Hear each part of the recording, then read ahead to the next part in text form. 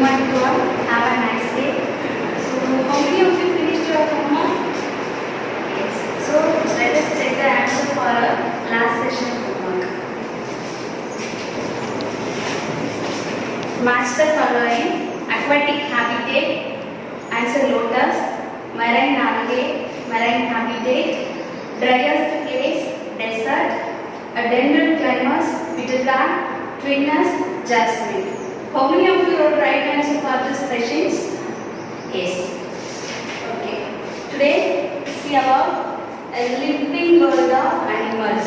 So I take this content from 6th standard Samachya science book, first term. Today, discuss about biodiversity and habitat of living organisms and unicellular and multicellular organism differentiation. With that suitable example and adaptation in animals like fish, frog, lizard, birds and camel. So first we see biodiversity. This biodiversity word is classified as bio means life, diversity means variety or difference. It is defined as variety and variability among living organisms. So, in the living world, plants and animals. There are two major groups. So, plants varieties of plants. At the same time, animals different types of animals. Each and every organism have unique features. Certain special features So, in this biodiversity includes ecosystem. What is ecosystem? So, ecosystem means it is a community which consists of plant and animals. It includes pond ecosystem, dust ecosystem, likewise. For example, pond ecosystem, it consists of land pond irukku. So pond enna living organisms irukum, frog irukum, lotus and fishes, likewise mari irukku. So in the ecosystem the two types are classified pandranga. One is abiotic community and another one is biotic community. Abiotic community consists of non-living substances like land, soil, sunlight, water. These are non-living factors. Biotic factors include living organisms. For example, plants, animals, including human being, comes under biotic community. So, biodiversity is very important for us because it comprises of plants, animals and human beings. It supplies food to all living organisms and it brings rain. It maintains the balance between oxygen and carbon dioxide. So, it is very much essential for us. Next we see habitat. In last class we see the habitat and the different types of habitat. So habitat is a dwelling place or living place of an organism. For organism particular place survive ஆகுது அப்படின்னா அந்த place என்னன்னு சொல்லுவாங்க habitatனு சொல்லுவாங்க. So habitatல varieties of habitat classification நிறைய இருக்கு. Desert habitat இருக்கு, grassland habitat, forest habitat, இது மாதிரி நிறைய இருக்கு. Certain organisms, for example, fish, crab, இதெல்லாம் எங்க சர்வைவ் ஆகும்? வாட்டர்ல மட்டும்தான் இருக்கும், வேற எங்கேயும் அதால சர்வைவ் ஆக முடியாது. பட் polar regions என்னென்ன organisms இருக்கும்? Living organisms.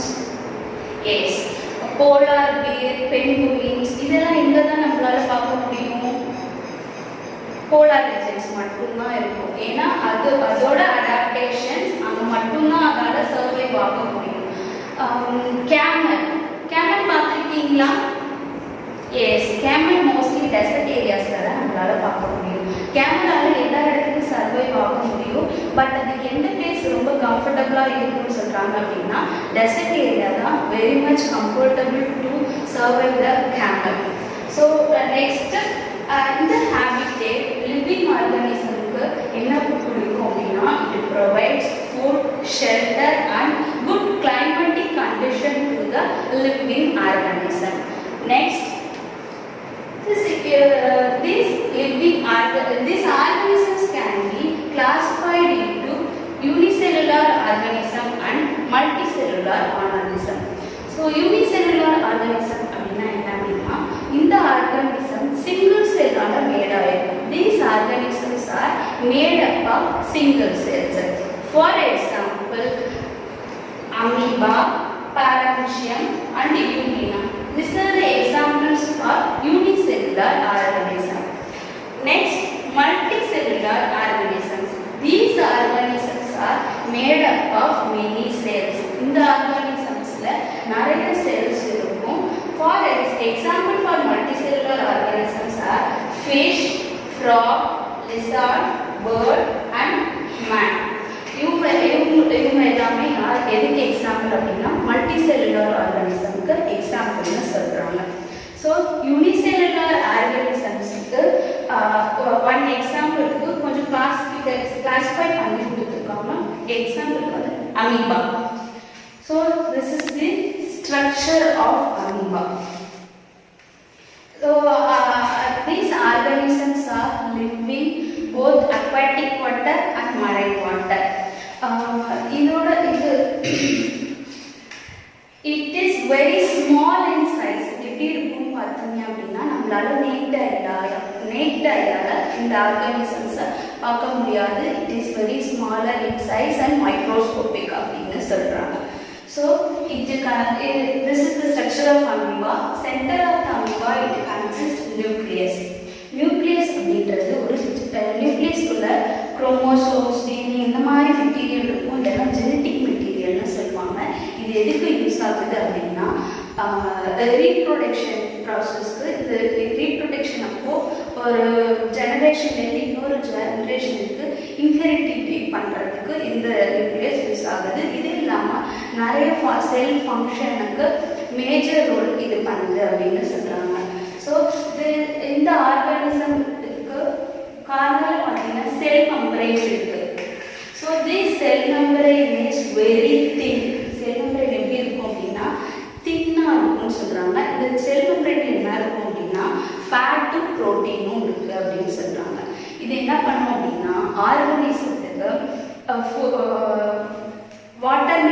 Water and food மெட்டீரியல்ஸ்லாம் ஆர்கானிசத்துக்குள்ளே எப்படி போகும் அப்படின்னா செல் மெம்பரேன் வழியாக தான் போகும். ஒன்லி இந்த எசென்ஷியல் மெட்டீரியல்ஸை மட்டும்தான் இதை அலோவ் பண்ணும். அதர் அன்வான்டட் சப்ஸ்டன்ஸ் எல்லாம் செல் மெம்பரேன் பிளாக் பண்ணிடும் அப்படின்னு சொல்கிறாங்க. So next cytoplasm. சைட்டோபிளாசம் அப்படின்றது இந்த ஆர்கானிசத்தில் மேஜராக இருக்கிறது என்ன இருக்குது அப்படின்னா சைட்டோபிளாசம் தான் இருக்குன்னு சொல்கிறாங்க.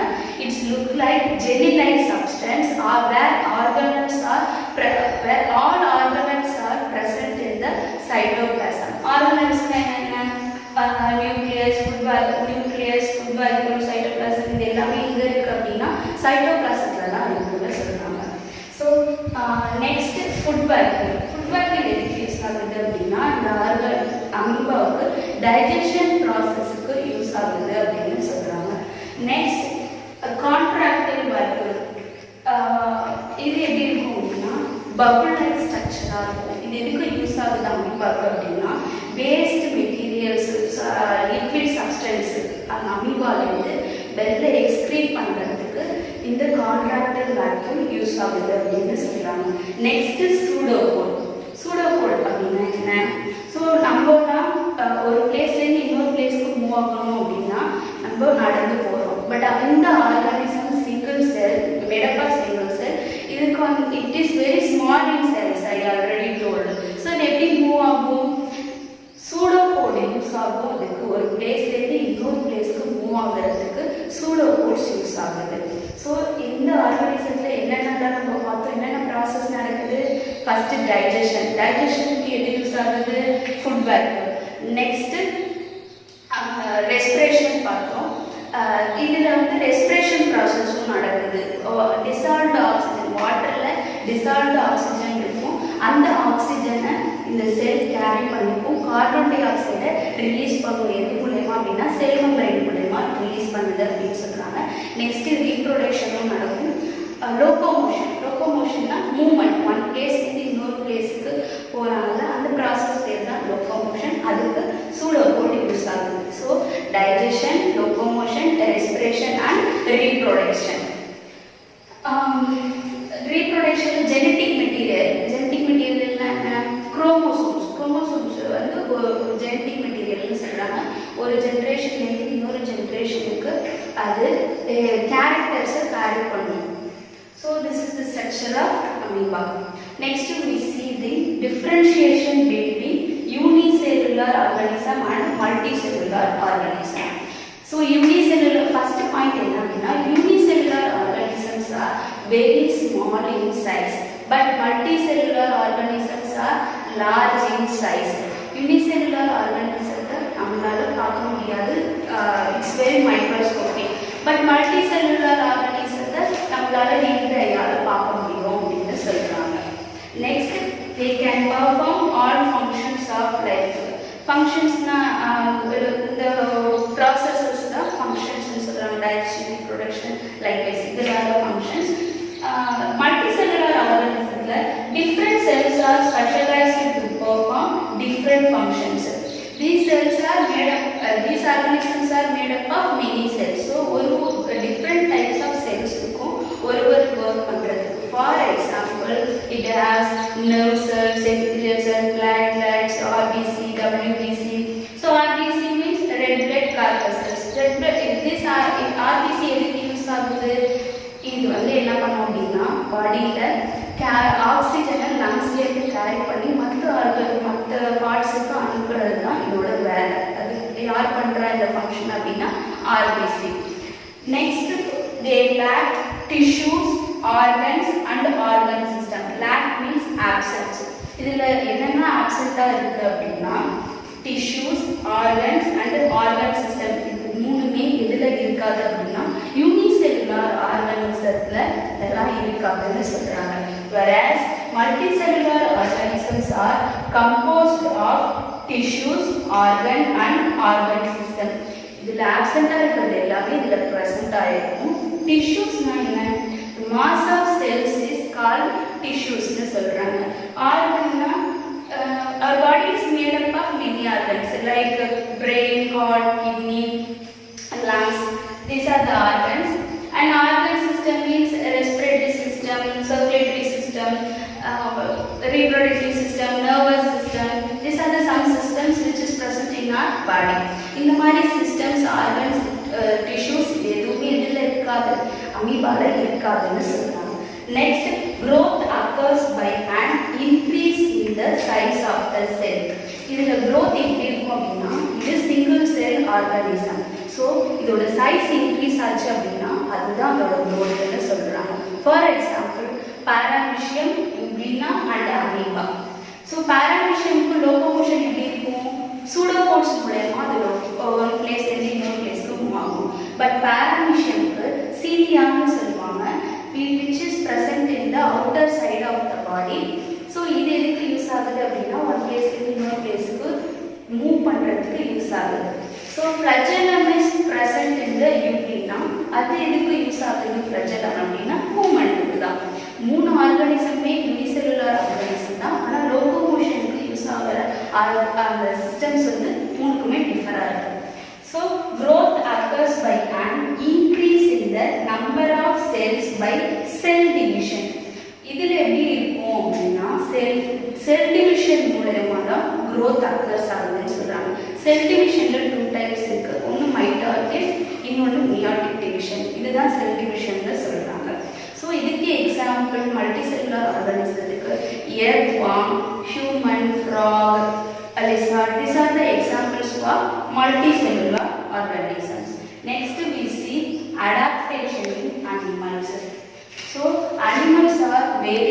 size, shape and behavior. So எல்லா அனிமல்ஸும் ஒரே சைஸ்லயே இருக்குமா? No. Animals are different from size. ஒரு அனிமலுக்கும் இன்னொரு அனிமலுக்கும் சைஸ் வேரி ஆகும். அதோட பிஹேவியர் கூட வேற வேற மாதிரி இருக்கும்னு சொல்றாங்க. ஸோ இதில் five examples given in your work. First example is fish.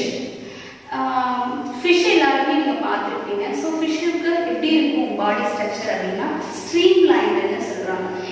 இந்த பாடி ஸ்ட்ரக்சர் எதுக்கு யூஸ் ஆகுது அப்படின்னா வாட்டரில் ஸ்விம் பண்ணுறதுக்கு இது வந்து ரெசிஸ்டன்ட் மாதிரி யூஸ் ஆகுது அப்படின்னு சொல்கிறாங்க. This body, the body of the fish can be divided as 3 types. Body வந்து மூணா பிரிக்கிறாங்க.